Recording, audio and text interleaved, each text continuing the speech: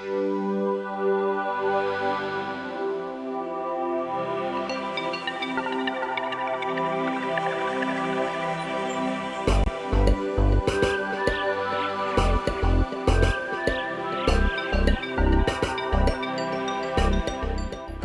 and welcome to Untapped Libraries, the podcast where we talk to cool people about the magic decks that are special to them.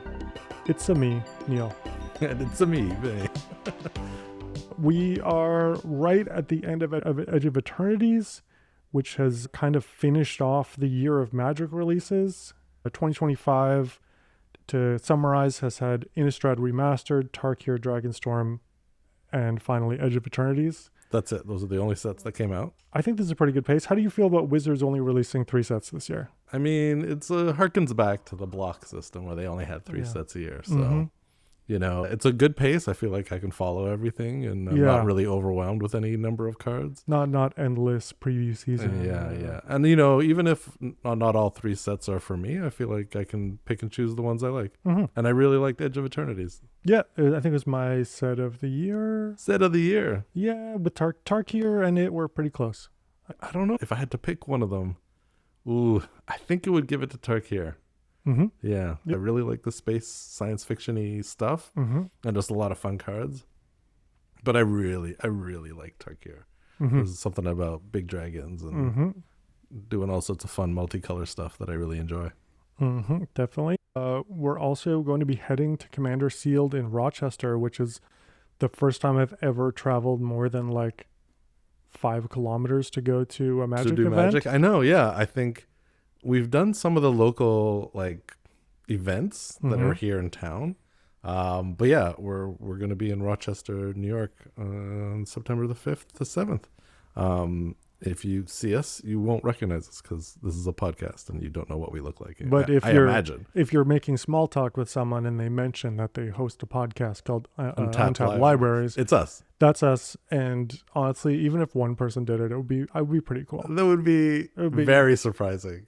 It would be, I don't know. Because this episode won't come out until like just before we start driving to go, basically. Yeah. Well, you know what? Maybe someone is going to do a road trip and they're going to stock up on Magic podcasts. Listening to Magic podcasts. And then they'll be on the way and they'll listen to this. And then they're... Maybe it'll be Justine Jones. Maybe Justine Jones listens to this. Yeah. And on her way to Commander Seal, the event in Rochester, New York, she's like, I'm going to listen to this podcast. And then she'll be like, oh, they're heading there. I'll try to say hi. Justine Jones is like my favorite, probably Magic artist. She's definitely what people in French would call my chouchou, where she's like, I don't know, I just love her style and I love that it's sort of unique. And yeah, she needs to do a Secret Lair. Oh, yeah. Just her. That'd be amazing. Yeah, she's awesome. And she will be at Commander Sealed, as well, like a whole bunch of amazing artists. It's actually the main reason why I want to go. Right, yeah, there's a ton of great artists. You could think of Justine Jones as having done a Secret Lair, but an incredibly expensive one if you look at the Lord of the Rings poster arts. Yeah, that's true. It's like you could get a set. I was really heavily considering buying her One Ring when it was what would now be ridiculously cheap. Right. It's hundreds and hundreds of dollars, but it was maybe 100-ish. Right. It's now like way out of my price range. Some banana prices on those.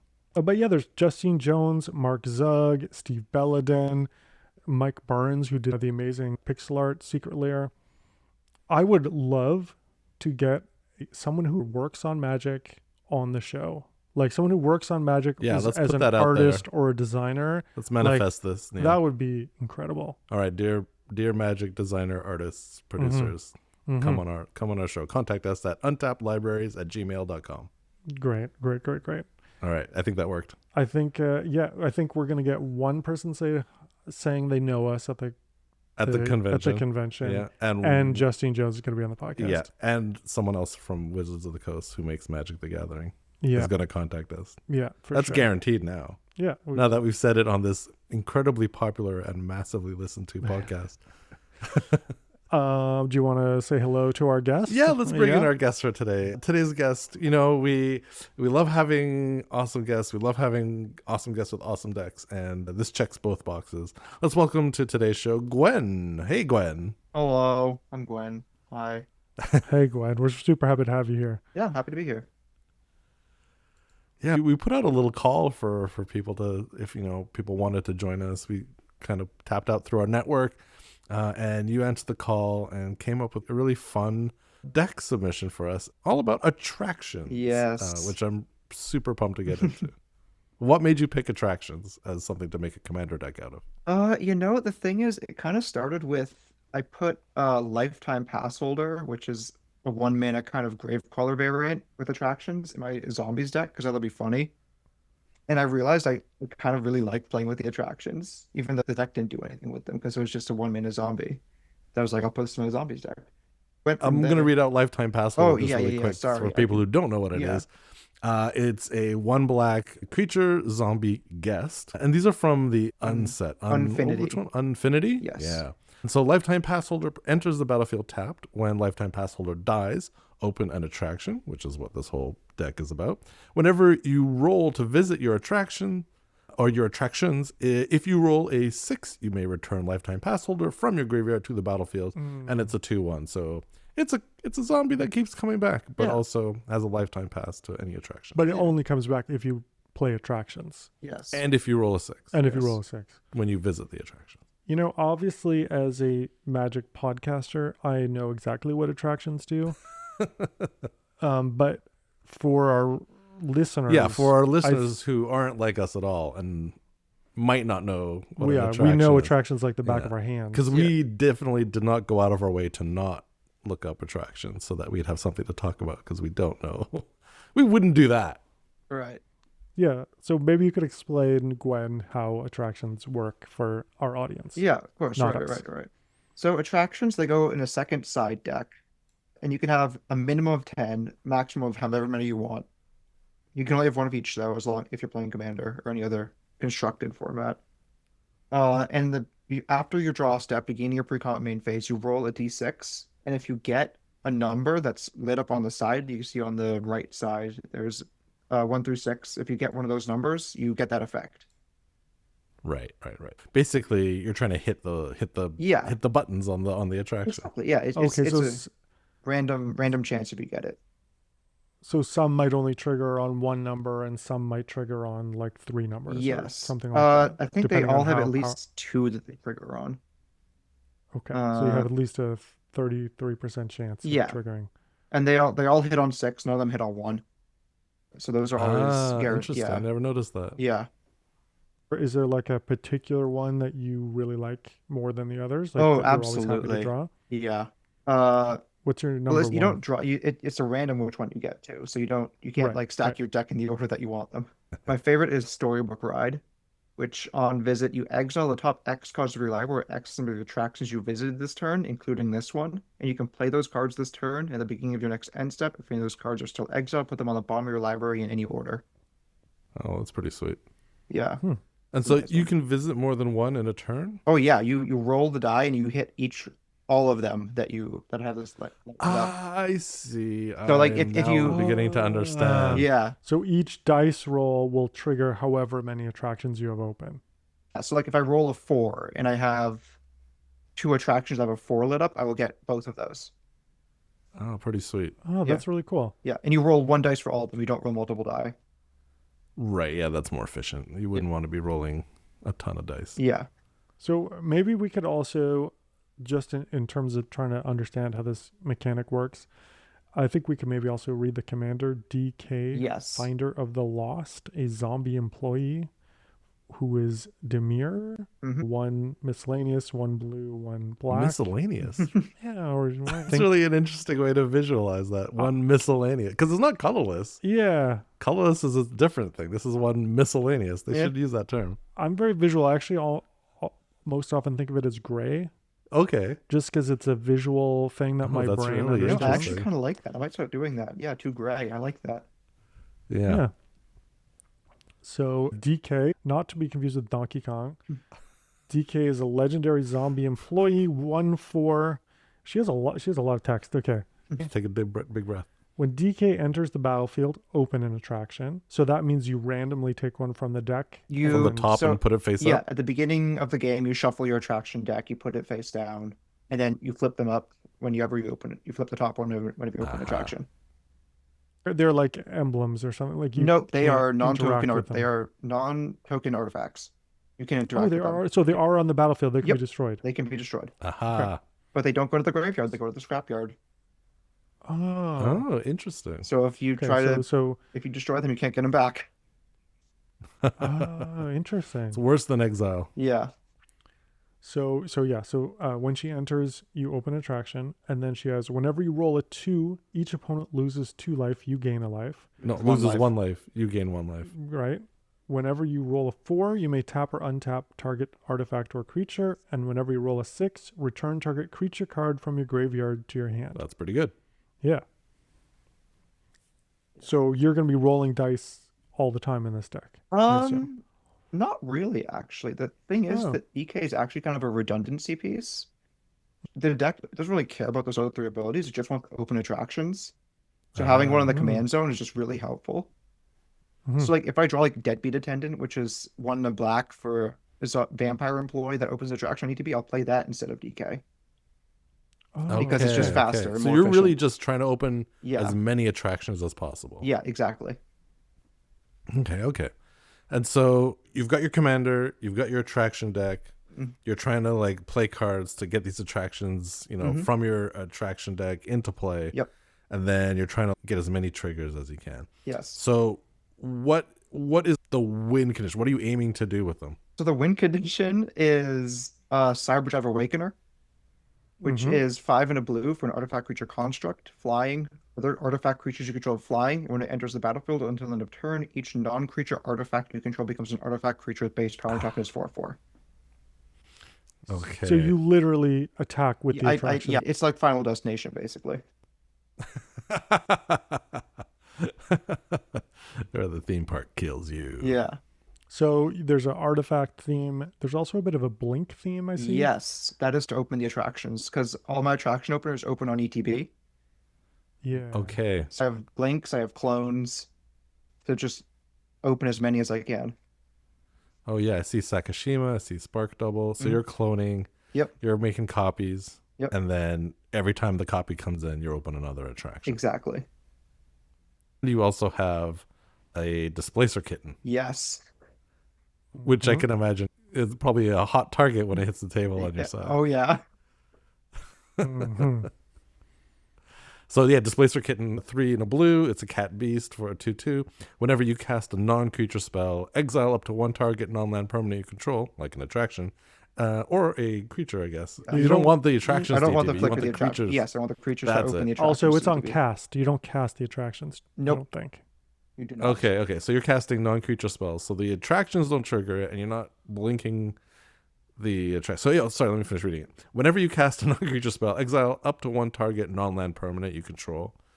So usually a creature with an ETB of opening an attraction, Yes. then return that card to the battlefield under its owner's control. And so you're just trying to get as many attractions into play. If you're having a good game, what's a good number of attractions you got going? A good game, I have 10.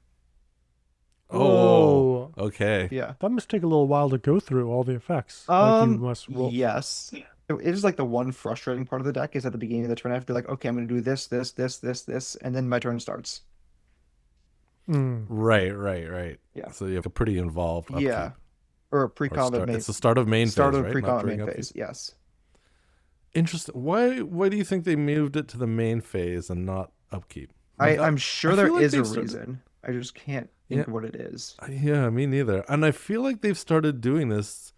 Things that I would have expected being in upkeep have slowly been moving into start of your first main phase. Yeah, like sagas are the one where. Yeah, also Saga. Saga feels like it should be during your upkeep, but no, that's after you've drawn during your draw step, I think. I think it's just a bit cleaner design wise. You don't have this extra step. I think it's just a little cleaner to just get rid of a step and just have it happen at a step that's happening anyways. Sure. Yeah, maybe. So you've got all these attractions, you've got like a bunch out, and then boom, in swing Cyberdrive Awakener. There's suddenly 4/4, and they all have flying because They the all have Awakener flying, gives them all yeah. flying too. And so you've got 40 points of damage on the board, and, Yep, and usually by sometimes then, not everybody's at full Yeah, health. exactly.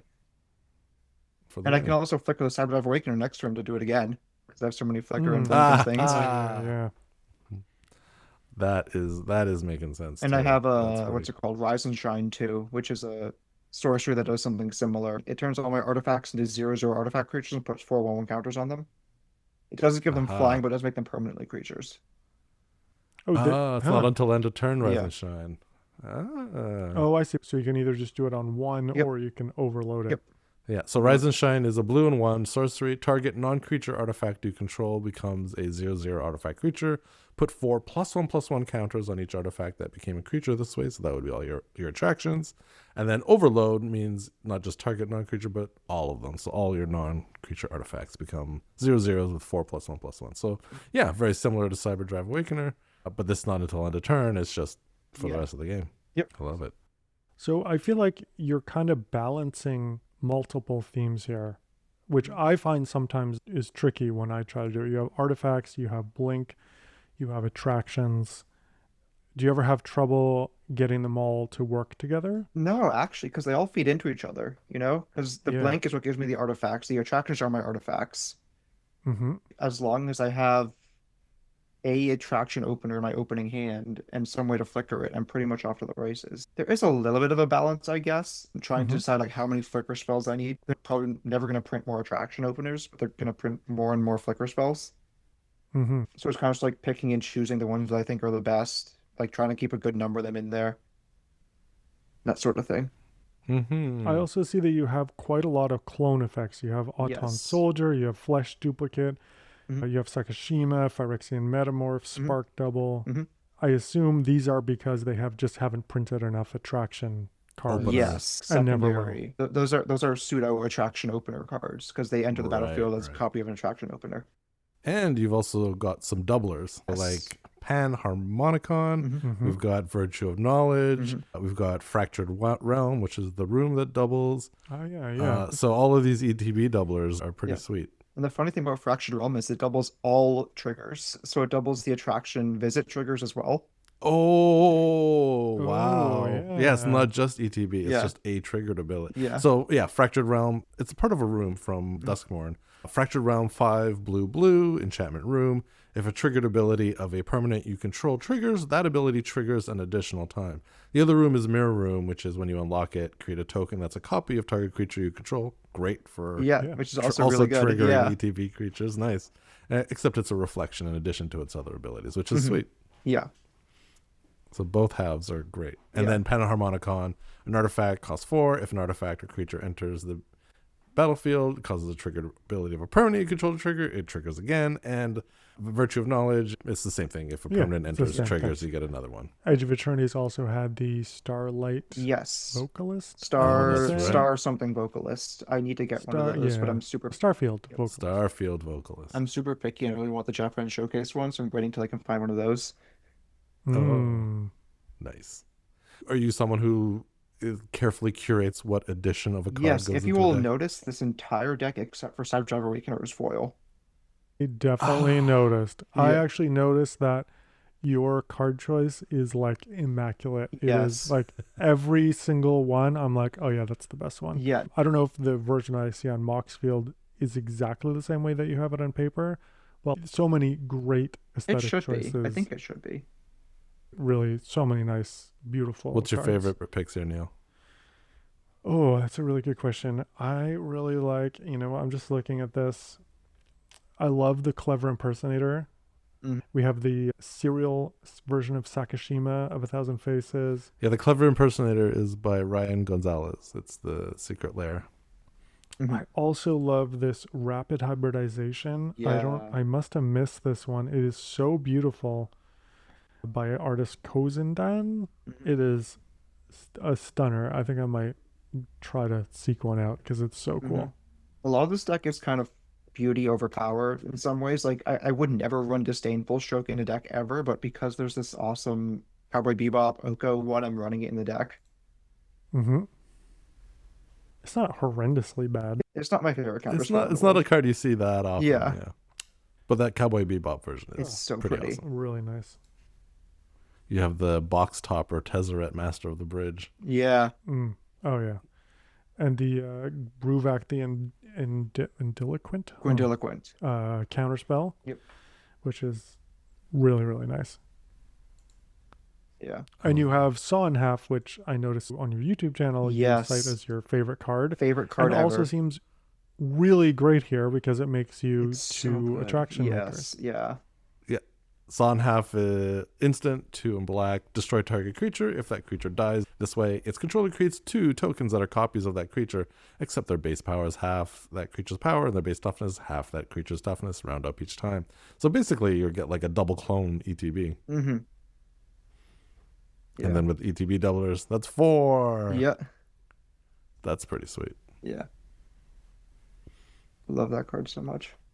Are you the kind of player who, like, I've got one deck and this is my pet deck and I'm going to make it exactly the way I want? Or do you have like one that you're like curate and a bunch that you're like, okay, these ones I don't, this is my superstar? No, I curate all of my decks. Like, Yeah. I am obsessive almost over just like, I want this art and this art only.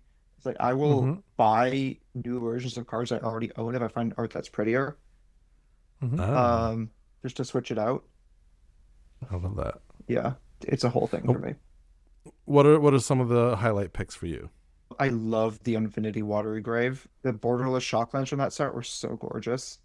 Oh, yeah. It's really stunning. Yeah. Yeah, well, they made the text box like all Smaller. the way down at the bottom and half the size, and you really get to see the art. Yeah, the mechanized production, even though it's just extended art, I really like the art on it.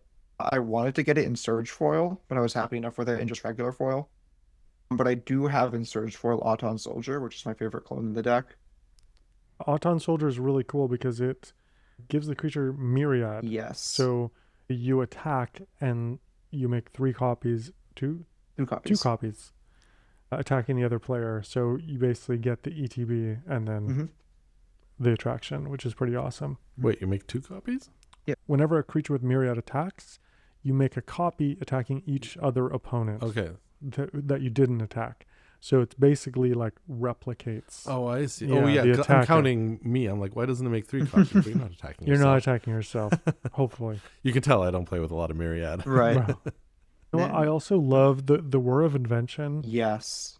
Yeah. I bought a copy for my CDH deck because I needed a tutor. And even though there are slightly better tutors, I just love the art. And I guess that's not how a true CDH player would play, but that's how I roll. And I love it in the deck because I can improvise with attractions.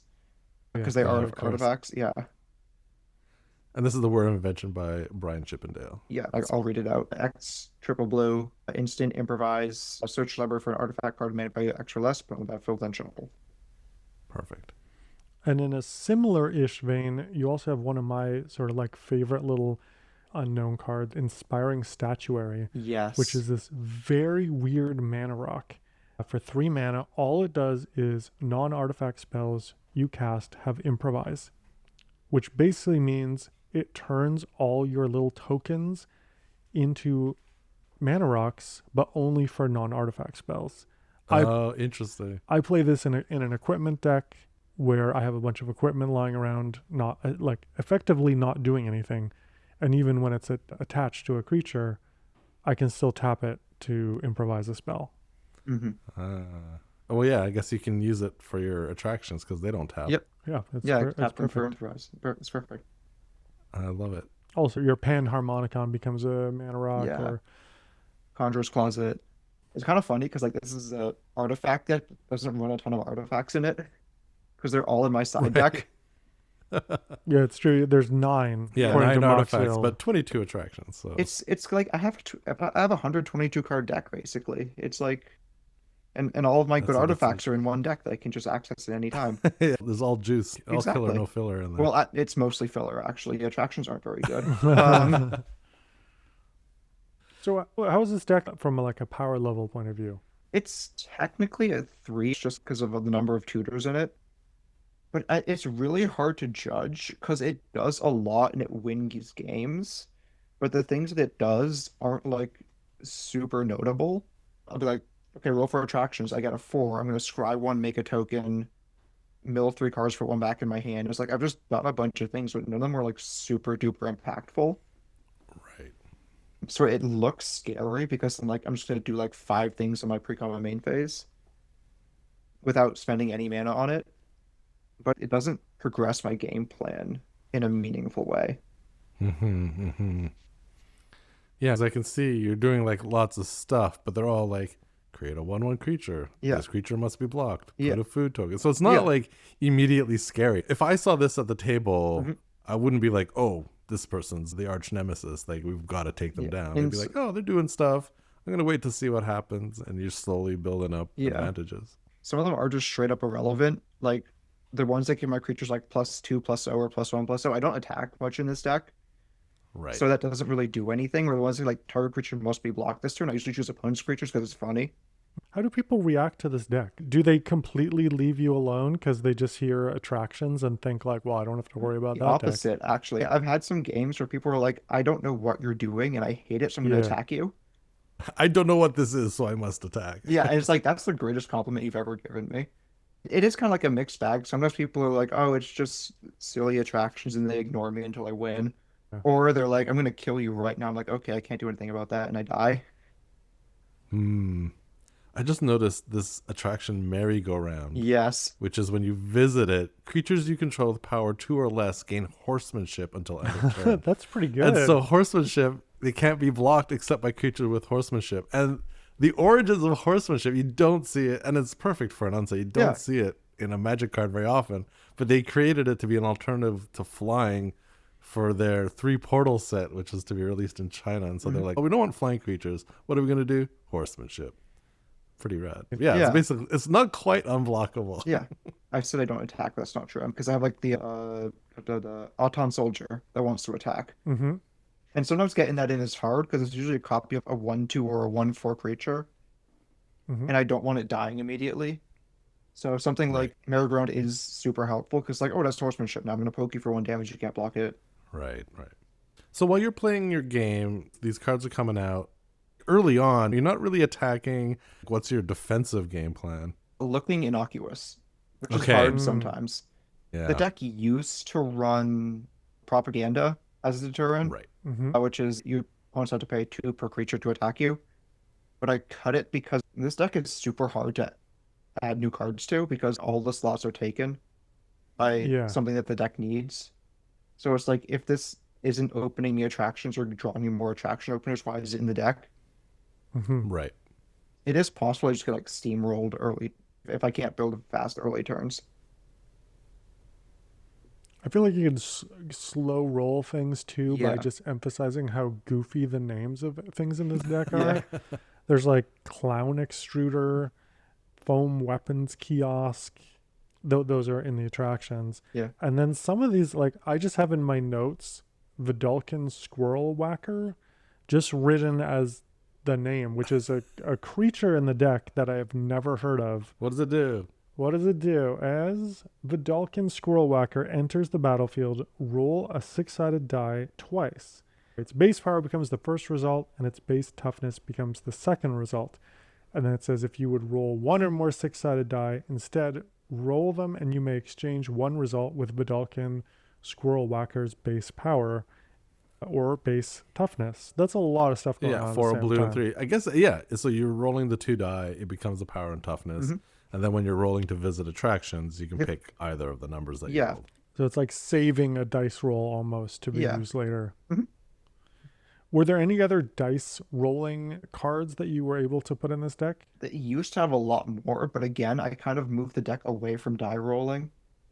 It used to run like what's it called? Like 6-sided die, I think is a removal spell that has you roll a dice. Mm-hmm. Vexing Puzzle Box, maybe we should go back in the deck as a mana rock that has you roll a D20 whenever you tap it. The deck isn't really die roll focused, it's attraction focused, which are separate things. I don't have like any of the things that give you like advantage or whatever. Like there's like a pixie that says like if you would roll a die, roll 2 and take the highest. And sometimes I don't want the highest sometimes because it's like maybe I Right, want the yeah. 4 rather than the 5. Yeah. It's not looking for the higher number, it's just looking for a number. Mm-hmm. So what are some of the most recent changes you've made to this deck? I swapped out a black sorcery that like target player draws X cards and loses X life for X number of artifacts you control. But I swapped that out for Edgar, King of Figaro from the Final Fantasy set, which is 1 more mana in blue, but does the same thing without losing me life when he enters the battlefield. So Edgar is blue, blue, and 4. When he enters, draw a card for each artifact. 2-headed coin. First time you flip one or more coins, which I don't imagine No, it's comes not into super play a lot. relevant. Yeah. All right, and then those coins come up heads, and you win those flips. Yeah. And he's a 4/5. It's like that black sorcerer I used to have, except it's a creature I can flicker, and it doesn't lose me a bunch of life. Right, right, right. And I imagine that can draw you a Oh yeah, boatload of cards. boatload of cards. Because I said like a good game I have 10, but I have 22 attractions in my attraction deck. I have opened all of them in multiple games. You've had 22 on the battlefield at the Yes. same time? Yep. Whoa. Yeah. Wow. It's hard to do, but there are ways to do it. Is it the sort of deck that can it monopolize the time of the game? Because I Can. just imagine Yeah. you must roll the dice and then having to go through 22 different attractions and doing like make a 1/1 and then Yeah. they get horsemanship Yeah. and then I mean, if I'm not rolling sixes all the time, so it only does some of them.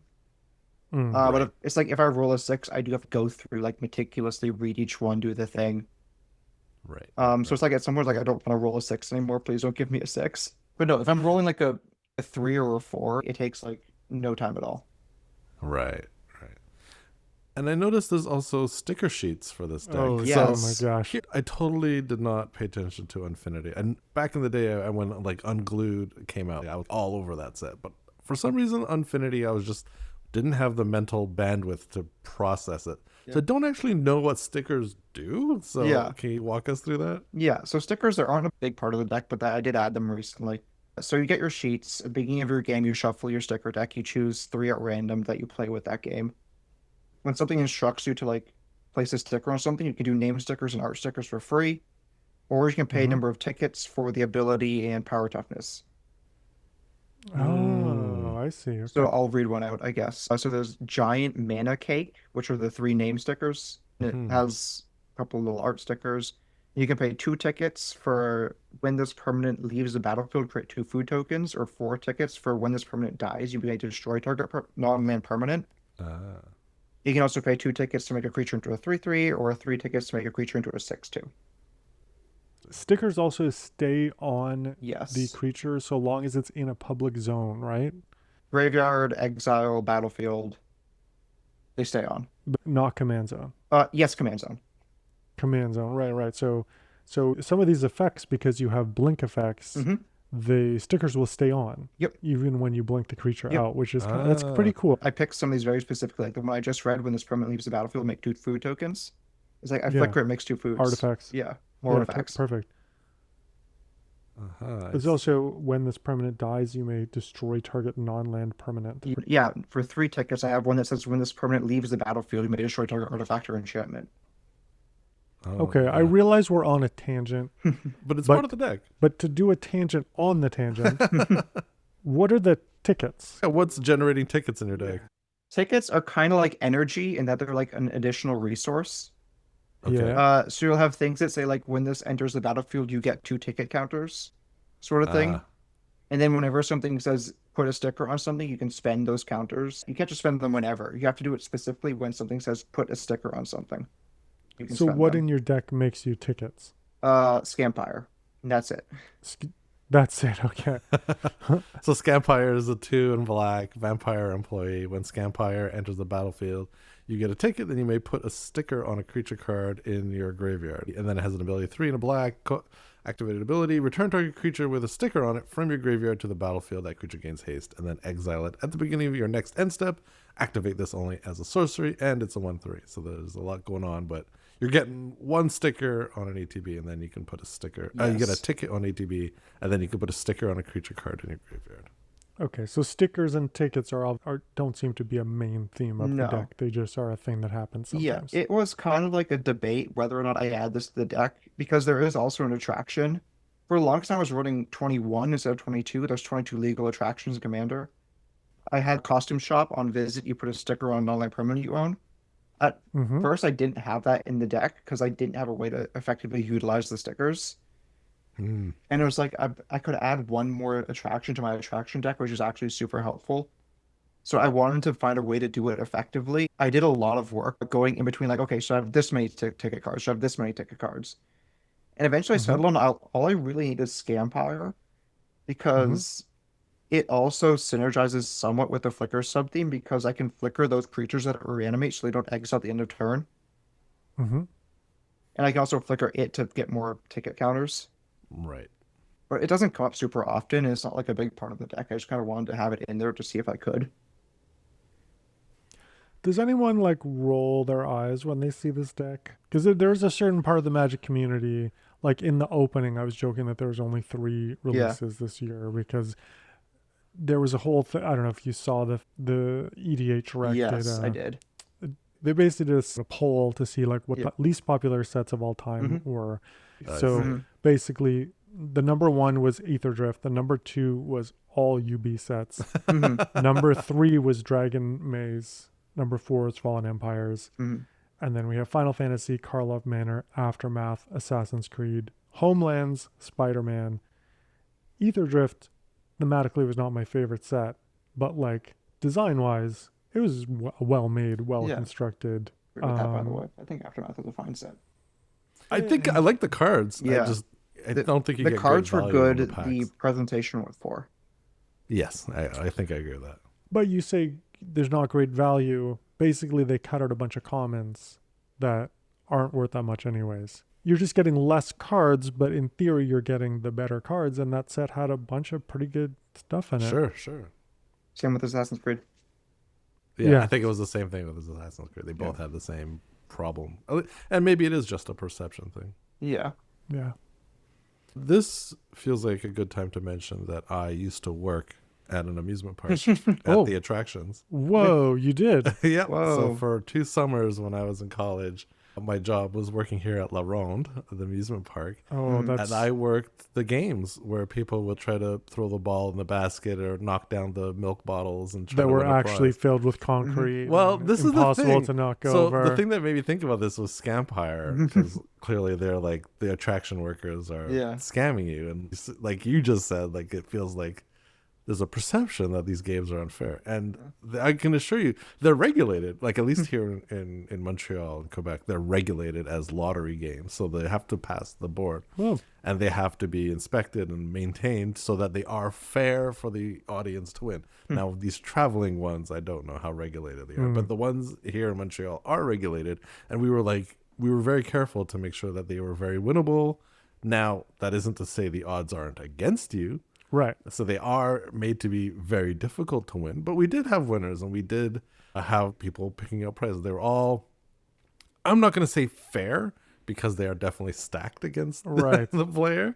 But if you knew the knack or the trick or what to do, like the guns shot true, the bottles are not, cemented, have magnets underneath them. If you just did a very hard thing and shoot the gun in the exact right way or threw it at the right spot in the milk bottles, you would get them all over. You would win the prize. Mm-hmm.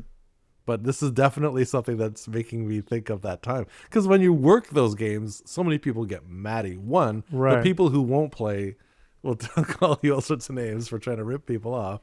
And the people who do play and don't win, which admittedly is the majority, they also get mad and call you all sorts of names. But I want to assure people, those games are not rigged. I'm not going to say fair, but they are not rigged. Mm-hmm. Yeah. Sorry, this is a tangent again, but Yeah, I went on a tangent. how are they rigged? So they're just like my assumption is that basically nothing is as it appears. Like if you see like a milk bottle, Uh-huh. it's actually like way bigger or way smaller to throw off your perception of how far away it is, or it's heavier, or it's weighted in a certain way. No, they're not. They're just a regular milk bottle or like a soda pop bottle. Anyways, these games, they were doable at least when I worked there. Did you learn all the tricks? I did learn all the tricks. I knew all the knacks of like where to throw the ball, which ones were easier to win than others. I went back years later, Yeah. and I was like, oh, let me see if I still do it. And so I paid like a couple bucks and I played a game and I won one of the big teddy bears. Oh, that's amazing. It was a good one. Yeah, I also, believe it or not, worked not for a summer, but I worked there was a traveling exhibition. So it was like a little fair that would come through. And I got a job working at it for like 2 weeks. And one day I was walking home, like the fair was almost closing. I was done what I was doing. And I saw, that like, it's like a ladder, but it spins on the axis of Okay. the like it's sort of like on a rope. And I was just like, I think I could do that. Okay. And I did it, and I got the biggest stuffed animal that they gave, Uh-huh. and like nobody saw it. I like gave it to a kid. I just found like a kid. I was like, here you go. And yeah, it was like this little thing for myself that I did. Nice. Yeah. Well, now you can share it with the world. Yeah. Yeah. How about you, Gwen? You have any carnival stories? If Surprisingly, you also no. worked at a carnival, that'd be amazing. No,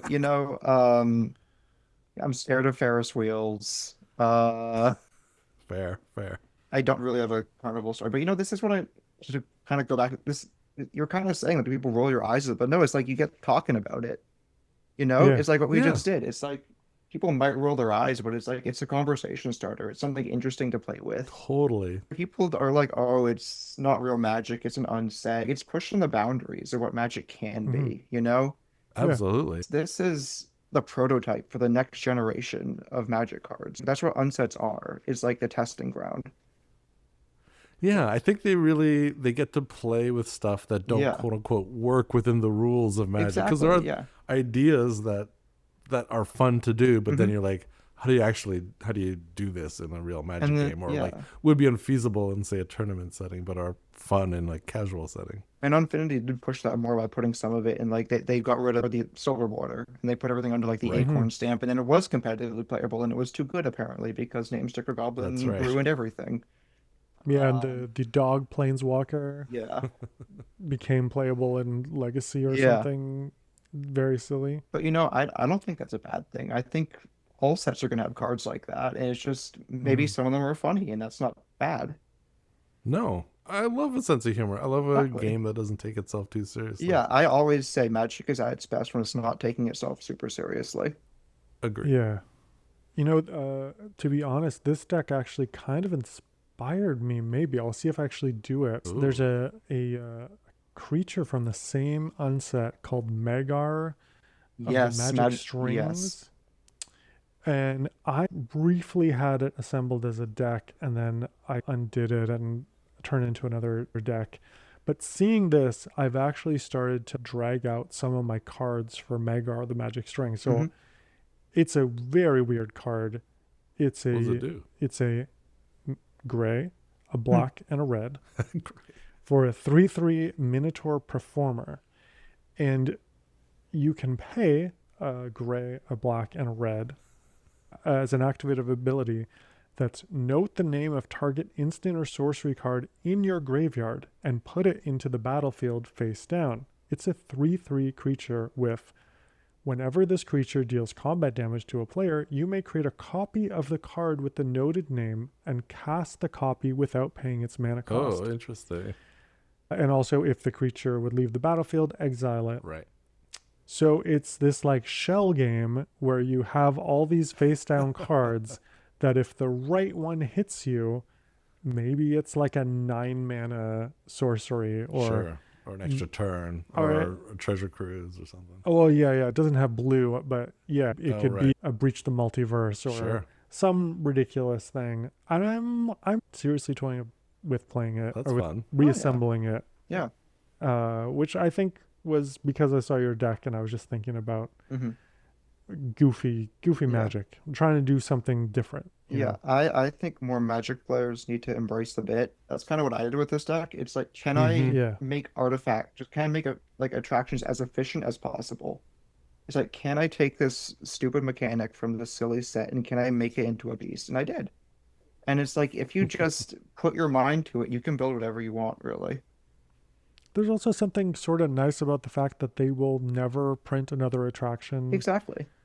card ever again. So you kind of just have this pool that you have to work with, and Yeah. they might have a better clone or they might have a better something that does something with enter the battlefield, but you're not going to get any more. Yeah. The core of the No, deck is the pretty pretty core set. stays there. It's like I have basically like French vanilla creatures in this deck. It's like the creature with the only Texas. When this creature enters open attraction, I'm never cutting them because I'm Mhm. never Right. getting another one. Right. Right. That's amazing. What a fun deck. And I think you're right in that there's a huge amount of space for like just making a fun deck. Yeah, it's having a like, sense of humor about it and having a good time. I don't want to say take your head out of your ass, but it's like just look at it sometime. Don't be so stuck up about it. Just take a look. Maybe you'll find something you like. Yeah. Yeah. We're playing, I don't want to call it a kids game, but it's a game that kids do play. It is a game. It's meant to be It's fun. a game. Yeah, we're playing it. It should be playful. Yeah. There should be a sense of joy to it. And I get the people who are like, no fun for me. This is a competitive grind. I'm here to win. And I get that that's a thing for people too. But I think there's space for everything. And this is a really fun angle of attack on a commander deck. Yeah. Which can sometimes be like, okay, well, you have to play this card and you have to play this card. And I'm optimizing with this card. And just getting off the beaten track sometimes can be really refreshing. Yeah, I am optimizing it, but I'm optimizing it in like a weird way. Yes. Where it doesn't look like optimizing. Because I'm switching out cards that do something for something that does something very similar, but in a different sort of way. Kind of thing. So I think we should start wrapping up. Okay. The question I did want to ask you, do you have any like great memories of playing this deck?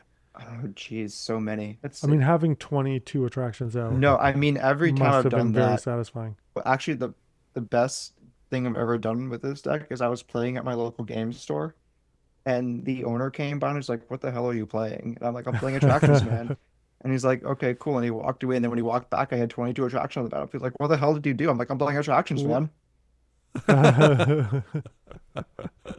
Perfect. Well, that's a great note to end on. Yeah. Oh, this reminds me, there's a Rachel Weeks from the Command Zone. She made a Nor in the Wary deck that sounds really, really cool. Oh, it's not not from Unfinity, but she made it as a sticker deck. So Nor in the Wary, whenever any player casts a spell, it exiles and comes back to the battlefield. But all the stickers stay on. So she is trying to basically put as many stickers on Nor in the Wary and then have it enter and leave the battlefield as many times as possible. That's pretty fun. And then she has to jump through the hoop that if she has to cast a spell that puts a sticker, Nor in the Wary will be exiled. So she had to go through all these hoops to put stickers on. Oh, interesting. That didn't come directly from casting spell. a spell. Yeah. Because he wouldn't be in play to get the sticker. Yeah. That is a lot. I've always wanted to make a dedicated sticker deck, but I haven't found the right commander for it yet. I mean, they're not printing anymore, so Yeah. I mean, who knows? Yeah, maybe. Hey, Nor in the Wary. Yeah. No, because I want too much out of it. I think I want to have all the colors because I can't pick which ones I want. I actually did it with Chromat because the idea was just put as many abilities as I can on him. Yeah. I haven't play tested it yet. It's still unfinished. It's probably terrible, but who knows? Maybe it's fun. It's perfect for an unset. Exactly. I think also the brackets to me make horrible decks more playable. Like I find that's something I didn't really expect is that like, oh, this deck's really bad. I'll only bring it out against like twos or Yeah, and I started 1-0. when I go to an LGS, I'll bring like a range of decks. I won't just bring like all my level. All these are all bracket for. Like I'll bring a 2, a 3, and a 4. Yeah, and before most of my decks were kind of trying to be about the same, and I had some that were stronger and some that were less strong. But I was kind of aiming for the meta game based on what they play at the LGS. And is there anything we didn't you didn't get to share with us? I just want to bring up one thing that I find is kind of interesting about this deck is that I have 3 missing attraction openers that I could be running, but I'm not. And they are Quick Fixer, which opens attractions whenever it deals combat damage, which I didn't want because I want flicker attractions, not combat damage because I'm attacking. And then there are 2 that I didn't include because I think they're too much mana, which is Draconian Gatebot, which is a 5-mana artifact creature, and Soul Swindler, which is another 5-mana creature. I kind of capped my attraction openers at 4 with I think Modern Monitor is my most expensive because it also does something half decent. Whereas like Draconian Gatebot, Quick Fixer, Soul Swindler, they're all just kind of too mediocre. It's like they're not mana efficient, they don't do anything that great. And so just opening an attraction isn't enough. Yeah, just opening attraction isn't enough. It's like Season Button here just opens an attraction, but it's 3 mana, which is the same as my commander, so I can play it on that turn. That makes sense. Yeah. And I just love monitor. Yeah. It's very goofy. Like these are all cards that also like and I don't mean how many hours a day do I spend like listening to Magic podcasts or sorting cards, and I've never heard of these Yeah. cards in my No, like honestly, never. it's like I tell people like my favorite card's like Saw in Half, and everyone knows Saw in Half because it's like CEDH playable now. But I also Right. like Right. Discourteous Sea Clerk, which is 3 and a black for a vampire employee, 3/2. When it enters the battlefield, open an attraction. And at the beginning of your end step, if Mm-hmm. you control 3 or more attractions, you draw a card and lose a life.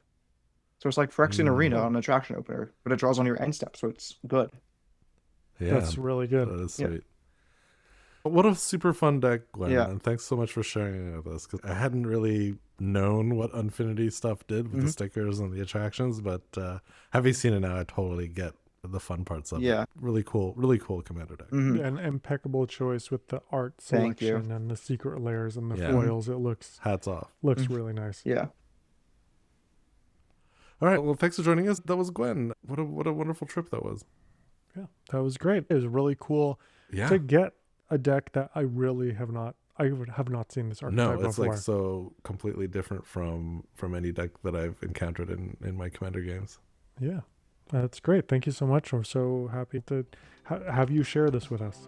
Yeah. I'm happy to be here. It was a great time. Awesome. Well, that's it. That's another episode of Untapped Libraries in the books. Neil. Yeah, it was really, really cool.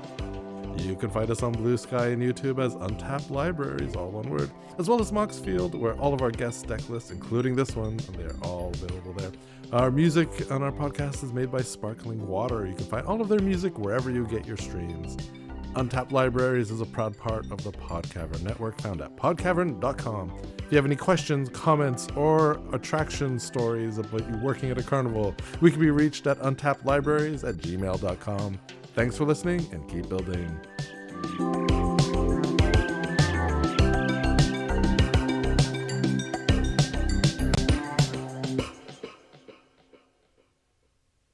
Have you ever seen those lists on the internet that's like top 5 sandwich toppings, top 5 movies of the year, top 5 celebrities who have a very punchable face?